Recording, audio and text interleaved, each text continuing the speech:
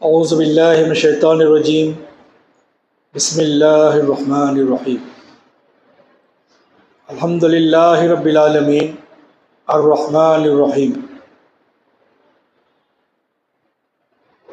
اللہم صلی علی سیدنا محمد وعلی آلہ وصحبہ افضل صلواتک وعدد معلوماتک وبارک وسلم۔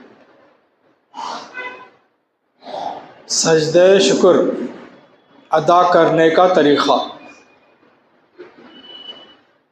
حضرت ابو بکرہ رضی اللہ عنہ سے روایت ہے، وہ فرماتے ہیں کہ حضرت رسول اللہ صلی اللہ علیہ وسلم کو جب کوئی خوشی ہوتی یا کہیں سے خوشخبری آتی یا کوئی نئی نعمت حاصل ہوتی یا کوئی بلا ٹل جاتی تو اس کا شکر ادا کرنے کے لیے سجدہ تلاوت کی طرح شکر کا سجدہ اس طرح ادا فرماتے کہ باوضو قبلے کی طرف رخ کر کے کھڑے ہو کر اللہ اکبر کہتے ہوئے سجدے میں جاتے اور سجدے میں حمد و ثنا کر کے پھر اللہ اکبر کہتے ہوئے کھڑے ہو جاتے۔ اس کی روایت ابو داؤد اور ترمذی نے کی ہے۔ فائدہ: جس شخص کو نئی نعمت ملے یا اس کو مال ملے یا اولاد ہو یا اس سے کوئی مصیبت دور ہو گئی ہو یا اسی طرح کی جب نعمتیں ملیں تو اس کو چاہیے کہ اللہ تعالیٰ کا اس طرح شکریہ ادا کرے کہ بغیر نماز کے صرف ایک ہی سجدہ شکر ادا کرے۔ اس طرح کا سجدہ شکر ادا کرنا حنفی مذہب میں مستحب ہے اور اسی پر فتویٰ ہے۔ نماز اور سجدہ تلاوت کے جو شرائط ہیں وہ سارے شرائط سجدہ شکر کے لیے بھی ہیں، یعنی وضو کا ہونا، جگہ کا پاک ہونا، بدن اور کپڑے کا پاک ہونا، ستر عورت کا ہونا، قبلے کی طرف رخ کرنا اور نیت کرنا۔ ہاں، نماز میں تکبیر تحریمہ جس کے لیے کان تک ہاتھ اٹھائے جاتے ہیں وہ سجدے تلاوت کے لیے بھی نہیں اور سجدے شکر کے لیے بھی نہیں ہے، بلکہ سجدہ شکر کو باوضو قبلہ رو ہو کر 2 قیام اور 2 اللہ اکبر کہنے کے بیچ میں ادا کرنا چاہیے، یعنی پہلے کھڑے ہو کر تکبیر تحریمہ کے لیے ہاتھ اٹھائے بغیر اللہ اکبر کہتے ہوئے سجدے شکر کے لیے سجدے میں جائے اور سجدے میں کم از کم 3 بار سبحان ربی الاعلیٰ کہے اور اللہ اکبر کہہ کر کھڑا ہو جائے۔ سجدے شکر کے لیے تشہد اور سلام بھی نہیں ہے۔ مراقی الفلاح، نور الاصباح، تحاوی در المختار۔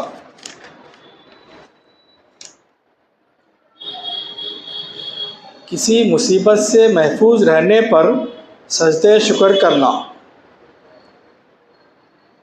حضرت ابو جعفر حضرت امام باقر رضی اللہ عنہ سے روایت ہے، وہ فرماتے ہیں کہ حضرت رسول اللہ صلی اللہ علیہ وسلم ایک شخص کو دیکھے جو بونا یعنی پیدائشی طور پر ناقص تھا۔ اس کو دیکھ کر اس طرح آپ سجدہ شکر ادا کیے کہ بونے کو اس کی خبر نہ ہوئی اور آہستہ فرمائے الحمدللہ الذی عافانی مما ابتلاک بہ، الہی میں آپ کا کیا شکر ادا کروں کہ آپ جس بلا میں اس بونے کو مبتلا کیے ہیں مجھے آپ اس سے بچائے ہیں۔ آہستہ اس لیے کہے تاکہ اس کو خبر نہ ہو، اور اس طرح کہنے سے اس کی دل شکنی نہ ہو۔ اس حدیث کی روایت دارقطنی نے کی ہے۔ گزشتہ قوموں پر جو دنیاوی عذاب آیا تھا، مثلا کوئی مسخ کیے گئے، کوئی غرق کیے گئے، کسی کو زمین میں دھسایا گیا، کسی پر کچھ دنیاوی عذاب آیا اور کسی پر کچھ، یہ سب حضرت رسول اللہ صلی اللہ علیہ وسلم کے پیش نظر تھا۔ اور یہ بھی آپ کو معلوم ہوا کہ کفار ہمیشہ دوزخ میں رہیں گے۔ آپ سراپا رحمت تھے، چاہتے تھے کہ اپنی امت پر نہ ویسا دنیاوی عذاب آئے نہ اخروی عذاب۔ ہمیشہ امت آپ کے پیش نظر رہتی تھی، اپنی امت کو اس طرح کے دنیاوی اور اخروی دائمی عذاب سے بچانے کی فکر رہتی تھی۔ اس وجہ سے آپ کبھی رات بھر روتے رہتے کہ کس طرح اپنی امت کو اس طرح کے دنیاوی عذاب اور اخروی دائمی عذاب سے بچاؤں۔ کسی نعمت کے ملنے پر سجدہ شکر ادا کرنا۔ حضرت سعد بن ابی وقاص رضی اللہ عنہ فرماتے ہیں، ایک دفعہ کا واقعہ ہے کہ ہم حضور صلی اللہ علیہ وسلم کے ساتھ مکہ معظمہ سے مدینہ منورہ کی طرف چلے۔ جب ہم مقام عزوزہ میں پہنچے تو حضرت صلی اللہ علیہ وسلم کو معلوم ہوا کہ رحمت الہی اس وقت جوش پر ہے۔ حضور صلی اللہ علیہ وسلم اس وقت کو غنیمت سمجھ کر اپنی سواری سے اتر کر کھڑے ہو گئے اور اپنے دونوں ہاتھ دعا کے لیے اٹھا کر بہت دیر تک دعا کرتے رہے۔ پھر سجدے میں جا کر طویل سجدہ کیے اور پھر سجدے سے اٹھ کھڑے ہوئے اور کھڑے رہ کر پھر دعا کے لیے دونوں ہاتھ اٹھا کر بہت دیر تک دعا کرتے رہے۔ پھر قیام سے سجدے میں گئے اور بہت دیر تک سجدے میں رہے۔ پھر سجدے سے اٹھ کھڑے ہوئے اور بہت دیر تک دعا کے لیے ہاتھ اٹھائے رہے۔ پھر قیام سے سجدے میں گئے اور بہت دیر تک سجدے میں رہے۔ پھر سجدے سے اٹھنے کے بعد صحابہ سے ارشاد فرمائے، میں اس وقت کئی مرتبہ کھڑے ہو کر دعا کیا، پھر سجدے میں گیا، پھر دعا کے لیے کھڑا ہوا، پھر سجدے میں گیا۔ اس کی وجہ یہ تھی کہ اس وقت رحمت الہی جوش پر تھی۔ میں نے چاہا کہ اپنی امت کے لیے قدیم آرزو پوری کرنے کے لیے دعا کروں۔ میں کھڑے ہو کر دعا کیا، الہی اور قوموں کی طرح میری امت کو دنیاوی عذاب نہ دینا اور گناہوں کی شامت سے دوزخ میں ڈالے بھی تو ہمیشہ دوزخ میں نہ رکھنا، سزا بھگتنے کے بعد دوزخ سے نجات دینا۔ اللہ تعالیٰ کا ارشاد ہوا، میں تمہاری تہائی امت کے لیے یہ دعا قبول کرتا ہوں، آپ کی تہائی امت پر یہ دنیاوی عذاب نہیں آئے گا، گناہوں کی شامت سے دوزخ میں جائیں گے بھی تو ہمیشہ دوزخ میں نہیں رہیں گے۔ یہ سن کر میں سجدہ شکر ادا کیا، پھر کھڑے ہو کر دعا کیا، الہی میری باقی امت کو بھی دنیاوی عذاب سے بچائیے، گناہوں کی شامت سے دوزخ میں ہمیشہ نہ رکھیے۔ اللہ تعالیٰ کا ارشاد ہوا، اچھا میرے محمد تمہاری امت کے لیے دوسرے تہائی حصے کو بھی دنیاوی عذاب سے بچائے رکھوں گا، گناہوں کی شامت سے اگر دوزخ میں جائیں گی بھی تو ہمیشہ دوزخ میں نہیں رہیں گے، دوزخ سے ان کو نجات دوں گا۔ یہ سن کر میں پھر سجدہ شکر ادا کیا۔ تیسری بار پھر کھڑے ہو کر عرض کیا، الہی میری امت کے تیسرے حصے کو بھی دنیاوی عذاب سے بچائیے، گناہوں کی شامت سے اگر دوزخ میں جائیں بھی تو ان کو ہمیشہ دوزخ میں نہ رکھیے۔ تو اللہ تعالیٰ کا ارشاد ہوا، اچھا میرے محمد، مجھے تمہاری خاطر منظور ہے، تمہاری امت کے تیسرے حصے کو بھی دنیاوی عذاب سے بچائے رکھوں گا، گناہوں کی شامت سے اگر دوزخ میں جائیں بھی تو ہمیشہ ان کو دوزخ میں نہیں رکھوں گا، تمہاری تمام امت دنیاوی عذاب سے بھی محفوظ رہے گی اور دوزخ کے ہمیشہ کے عذاب سے بھی محفوظ رہے گی۔ کیا محمد اب خوش ہوئے؟ یہ سن کر میں تیسری بار پھر سجدہ شکر ادا کیا۔ اس کی روایت امام احمد ابو داؤد نے کی ہے۔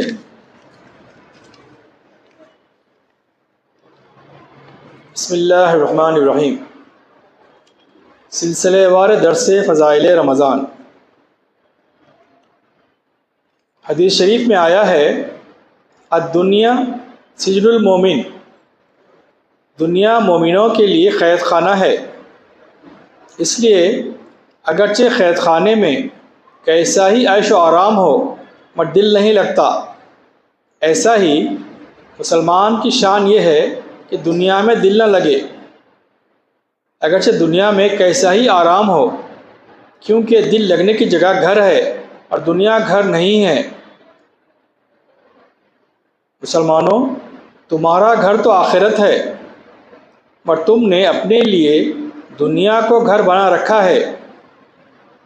سچ فرمائیے، ایک شخص کے دو گھر ہوں، ایک تھوڑی مدت کے لیے ادھار لیا ہو اور ایک انعام میں ملا ہوا ہو کہ جس کو اس کا مالک بنا دیا گیا ہے۔ ابھی اندر جا کر جو دیکھا تو معلوم ہوا کہ دونوں مکان خراب پرانے ہیں، دیواریں ٹوٹی ہوئی ہیں، کہیں کہیں گری ہوئی بھی ہیں۔ ہر ایک مکان کی مرمت کرانا ہے، تو بتلائیے کہ پیسے ادھار لیے ہوئے مکان میں لگائیں یا تحفے میں ملے ہوئے مکان میں؟ ہر شخص کہے گا کہ اپنے پاس رہنے والے مکان میں لگانا چاہیے۔ اگر کوئی ادھار لیے ہوئے مکان میں پیسے لگا دے تو اس کو سب بیوقوف سمجھیں گے۔ صاحبو، دنیا اور آخرت دو مکان ہیں، دنیا ادھار لی ہوئی ہے اور آخرت تحفے میں ملی ہوئی ہے، دونوں کی مرمت کی ضرورت ہے۔ عمر کا پیسہ کسی ایک مکان کی آبادی کے لیے کافی ہے۔ اگر آپ عمر کا پیسہ چند روزہ دنیا کی تعمیر میں خرچ کر دیے تو اپنے آخرت کے مکان کو اجڑا ہوا پائیں گے۔ اس وقت کس قدر حسرت ہوگی۔ یوں سمجھیے، کوئی شخص پیسے کما کر لایا اور گھر پہنچ کر بیوی بچوں کو دیا، یا کوئی شخص ایسا کیا کہ پیسے کما کر لا رہا تھا، راستے میں دیکھا ایک درخت کی شاخ ٹیڑھی ہے، اس نے بڑھئی کو بلا کر سب پیسے خرچ کر ڈالے، گھر میں منتظر ہے کہ میاں باہر سے کما کر لائیں گے، میاں تو یہ کام کر کے بیٹھے، سب اس کو بیوقوف کہیں گے۔ اگر دنیا کے گھر کو بنانا ایسا ہی ہے جیسے راستے کے درخت کو درست کرنا، اگر دنیا سے جینا لگائیے تو پھر اتنا بھی آخرت کا شوق نہیں کہ جتنا مسافر کو ہوتا ہے۔ ذرا ہر ایک اپنے اپنے دل کو دیکھے کہ کیسے کیسے خیالات آ رہے ہیں کہ یوں رہیں گے، یوں بسیں گے، یوں جائیدادیں پیدا کریں گے، یوں نوکر ہوں گے، یوں وکالت کریں گے، یوں پاس ہوں گے۔ کبھی یہ بھی خیال آیا کہ ہم مر جائیں گے تو یوں خدا کے سامنے جائیں گے، یوں جنت ملے گی، یوں باغات ہوں گے، یوں مکانات ہوں گے، یوں حوریں ہوں گی، اور آخرت کو سدھار لیا تو یوں بہار ہوگی، یوں عیش ہوگا، ورنہ مصیبت و پریشانی ہوگی۔ جس سے جی لگتا ہے اسی کے انسان خیالات پکاتا ہے۔ اس سے معلوم ہوا کہ دنیا سے جی لگا ہے اور آخرت سے کچھ بھی تعلق نہیں۔ جب دنیا کی مصیبت کا یہ خیال آیا کہ دنیا کی زندگی کیسے کٹے گی، اس کی مصیبتوں سے کیسے بچیں گے، اسی طرح کبھی یہ بھی خیال آیا کہ آخرت کی زندگی کیسے کٹے گی، دوزخ کی مصیبت کیسے سہ سکیں گے۔ یہ سب حالات بتلا رہے ہیں کہ ہم نے دنیا کو گھر سمجھا ہے، اور آخرت کو گھر سمجھتے تو مصیبتوں کا ہم کو غم نہ ہوتا۔ ہوٹل کے کھٹمل ستائیں تب یہی خیال آتا ہے کہ رات گزر جائے گی، کل گھر میں جا کر آرام کریں گے۔ خواب میں اگر کسی شخص نے یہ دیکھا کہ سانپ بچھو نے کاٹ لیا ہے اور خوب پیٹا جا رہا ہے، اسی وقت آنکھ کھل گئی، کیا دیکھتا ہے کہ نہایت عمدہ پھولوں سے سجے پلنگ پر ہے، بہت بڑا محل ہے، لوگ ادھر ادھر کھڑے ہوئے ہیں، جھک جھک کر سلام کر رہے ہیں، کوئی مور کے پروں سے پنکھا کر رہا ہے، کوئی عطر لا رہا ہے، کوئی پان لا رہا ہے، تو کیا اس شخص کے ذہن میں اس خواب کا کچھ اثر باقی رہے گا؟ ہرگز نہیں۔ اسی طرح دنیا کا غم خواب کا غم ہے۔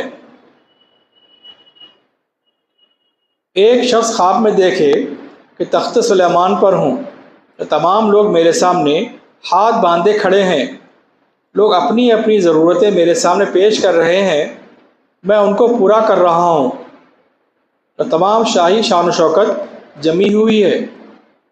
آنکھ کھولتے ہی چاروں طرف کیا دیکھتا ہے کہ پولیس ہتھکڑیاں لیے کھڑی ہے، جیل خانہ لے جانا چاہتی ہے، کئی طرح کی سزائیں دی جا رہی ہیں۔ ہر دنیا کی خوشی خواب کی خوشی کی طرح ہے۔ کسی نے خوب کہا ہے، میں نے ایک عقلمند سے دنیا کی حقیقت پوچھی، اس عقلمند نے کہا یا تو وہ ایک خواب ہے یا ہوا ہے یا ایک کہانی ہے۔ واقعی دنیا کی مثال خواب کی طرح ہے کہ دنیا میں عمر بھر عیش کیے اور مرنے کے ساتھ ہی پکڑے گئے تو وہ عیش کیا کام آئے گا۔ صاحبو، آخرت میں مرنے کے بعد دنیا کی چیزیں کیا یاد آئیں گی؟ دنیا ہی میں دیکھ لیجئے، گزری ہوئی عمر کا آرام و تکلیف اس وقت خواب سے زیادہ نہیں۔ اسی واسطے حدیث شریف میں آیا ہے کہ قیامت میں مصیبت میں مبتلا لوگوں کو بڑے بڑے درجے عنایت ہوں گے، تو اہل نعمت کہیں گے کہ کاش دنیا میں ہمارے چمڑے قینچی سے ٹکڑے ٹکڑے کرتے اور آج ہم کو یہ درجہ ملتا تو کہ اچھا تھا۔ سچ تو یہ ہے کہ ہم نے جنت کو دیکھا ہی نہیں، اس لیے اس کی کچھ قدر نہیں۔ جب دیکھو گے جب حقیقت کھلے گی۔ اب رہا یہ شبہ کہ سب قدر و عظمت تو دیکھنے کے بعد ہوگی، اس وقت تو ہم مصیبت میں ہیں۔ اس کا جواب یہ ہے، الا بذکر اللہ تطمئن القلوب، پارہ 13 سورہ رعد رکوع 4۔ ترجمہ، اور سن رکھو کہ خدا کی یاد سے دل آرام پاتے ہیں، کے مطابق نہ بننے سے مصیبت میں ہے، ورنہ یہ مصیبت نہیں، یعنی جس سے مصیبت میں اور دل آرام میں ہے۔ اب رہی یہ بات کہ آخرت کو بھی کچھ سدھارے نہیں ہیں، آخرت کا کیسے خیال آئے گا؟ یہ سچ ہے، پر میں آپ سے پوچھتا ہوں، ایک شخص کا ذاتی مکان ٹوٹا پھوٹا پڑا ہے اور پکی ہوٹل بھی ہے، تو اپنے ٹوٹے پھوٹے گھر کو ہی پسند کر لے گا اور سوچے گا کہ اس وقت میرا گھر ٹوٹا پھوٹا ہوا ہے تو کیا ہوا، اس کو میں پکا کر لوں گا۔ ایسا ہی دنیا ہوٹل ہے، اس سے آپ کو کیا دل لگانا؟ آخرت آپ کا گھر ہے، اگرچہ کیسا ہی ہو، اسی میں دل لگائیے، اسی کے حاصل کرنے کی فکر کیجیے۔ اسی واسطے اولیاء اللہ دنیا کی مصیبت کو آخرت کی خوشی کا سبب سمجھتے تھے۔ ایک شخص نے سوتے وقت اپنی بیوی سے پانی مانگا، وہ پانی لانے تک اس کا شوہر سو گیا۔ وہ یہ سوچتی رہی کہ میں شوہر کو نہ اٹھاؤں تو پیاسا رہتا ہے، اگر اٹھاتی ہوں تو نیند خراب ہوتی ہے۔ اسی سوچ میں صبح تک کھڑی رہی۔ صبح کو اس کا شوہر اٹھا اور بیوی کو کھڑا دیکھا۔ یہ بات اس کے شوہر کو بہت اچھی معلوم ہوئی اور اس شوہر کے دل میں بیوی کی بہت عزت ہوئی۔ جوش محبت میں کہا، تمہاری جو خواہش ہے کہو، میں اسے پوری کروں گا۔ عورت نے کہا، اگر یہی ہے تو میری خواہش یہ ہے کہ تم مجھے طلاق دے دو۔ اس کے شوہر کو بہت حیرت ہوئی، یہ کیا بات ہے؟ دونوں میں جھگڑا ہوا۔ عورت نے کہا، تمہارا اور میرا فیصلہ حضرت رسول اللہ صلی اللہ علیہ وسلم کے سامنے ہوگا۔ دونوں چلے۔ راستے میں شوہر کو ٹھوکر لگی اور ٹانگ ٹوٹ گئی۔ عورت نے کہا، اب گھر چلو، طلاق کی ضرورت نہیں ہے۔ اس کے شوہر نے کہا، آخر یہ کیا بات ہے؟ عورت نے کہا کہ حدیث میں آیا ہے، جس کے ساتھ اللہ تعالیٰ بھلائی کرنا چاہتا ہے اسے کسی نہ کسی مصیبت میں مبتلا کرتا ہے۔ خدا کے دوستوں پر مصیبت آیا کرتی ہے۔ جب سے میں تمہارے پاس آئی ہوں تم پر کوئی مصیبت نہیں آئی، تو معلوم ہوا کہ تم خدا کے دوستوں میں سے نہیں ہو۔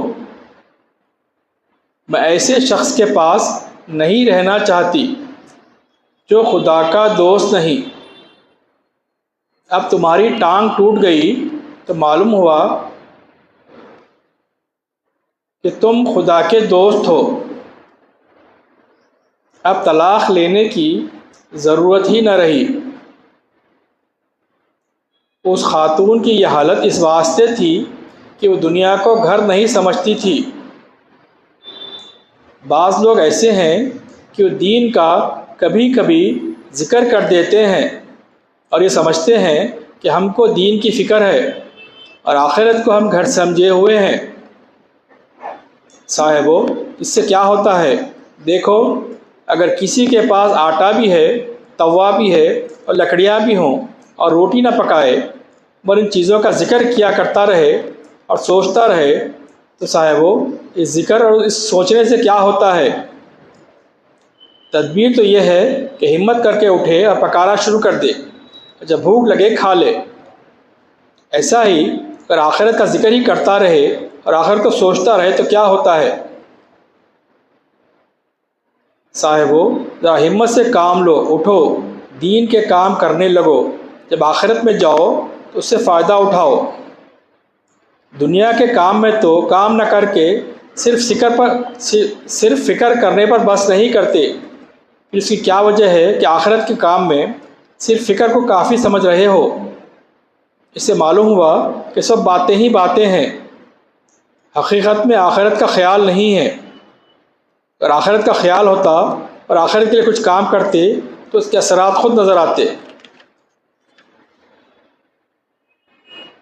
آخرت کو گھر سمجھنے کا ایک اثر تو یہ ہے کہ کسی سے دشمنی نہیں ہوتی۔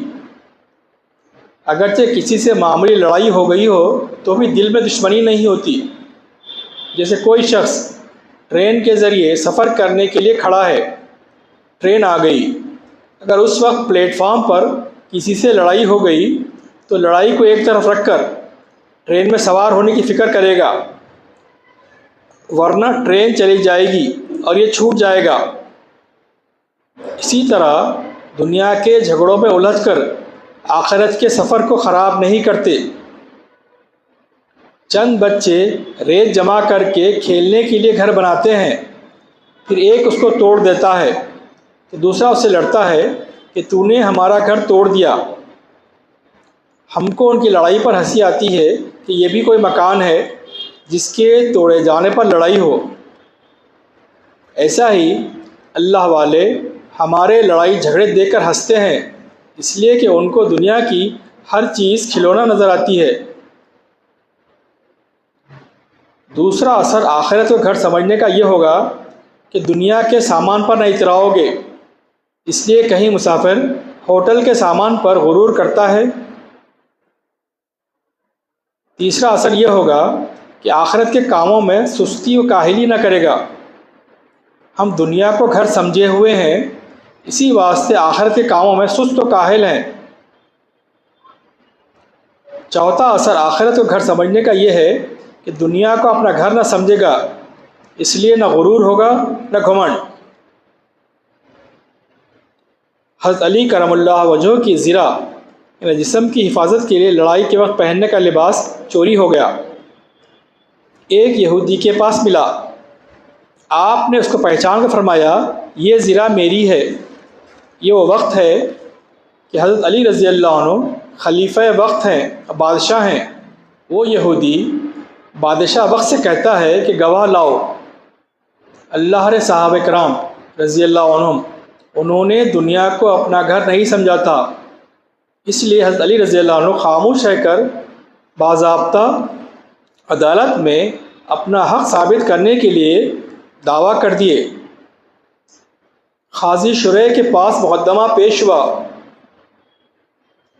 حضرت علی رضی اللہ عنہ عدالت میں خود آ گئے ہیں، بادشاہ وقت عدالت میں آ گئے ہیں، پر کیا مجال کہ کچھ ہلچل پڑ جائے۔ عدالت میں بھی اس یہودی نے انکار کیا۔ حضرت علی رضی اللہ عنہ سے گواہ طلب کیا گیا۔ انہی کی سلطنت کا ایک قاضی بادشاہ وقت سے گواہ مانگتا ہے، اور بادشاہ بھی ایسے حضرت ہیں کہ جو ہرگز خلاف واقعہ کا چیز کا دعویٰ نہیں کر سکتے۔ حضرت علی رضی اللہ عنہ، امام حسن رضی اللہ عنہ اور خنبر حضرت علی رضی اللہ عنہ کے غلام تھے، ان دونوں کو گواہی میں پیش کرتے ہیں۔ حضرت علی رضی اللہ عنہ کے پاس بیٹے کی گواہی جائز تھی، قاضی شریح کے پاس ناجائز تھی، اس لیے قاضی شریح نے کہا خنبر آزاد کردہ غلام ہیں، اس کی گواہی ہو سکتی ہے۔ حسن رضی اللہ عنہ آپ کے بیٹے ہیں، ان کی گواہی نہیں ہو سکتی، مگر وہاں دنیا کے واسطے کوئی کام نہ تھا، آخر گواہ نہ ہونے سے مقدمہ خارج ہو گیا۔ اگر کوئی قاضی شریح سے پوچھتا تو قسم کھا کر کہتے کہ حضرت علی رضی اللہ عنہ سچے ہیں۔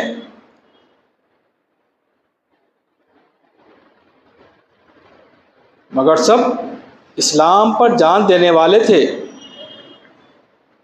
نہ قاضی شریح نے اسلام کے خلاف کیا، نہ حضرت علی رضی اللہ عنہ نے برا مانا۔ یہودی نے جو غور کیا تو کیا دیکھتا ہے کہ حضرت علی رضی اللہ عنہ پر ذرا بھی ناگواری نہیں آئی۔ حکومت پر رہ کر یہ کیا بات ہے؟ اس کے دل نے کہا یہ مذہب بالکل سچا ہے، زرہ قدموں پر ڈال دی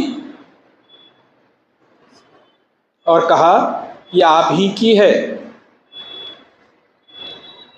اور کہا لا الہ الا اللہ محمد رسول اللہ، اور مسلمان ہو گیا۔ آپ فرمائے ہم نے زرہ بھی تجھ کو دے دی، وہ ہمیشہ آپ کی غلامی میں رہا۔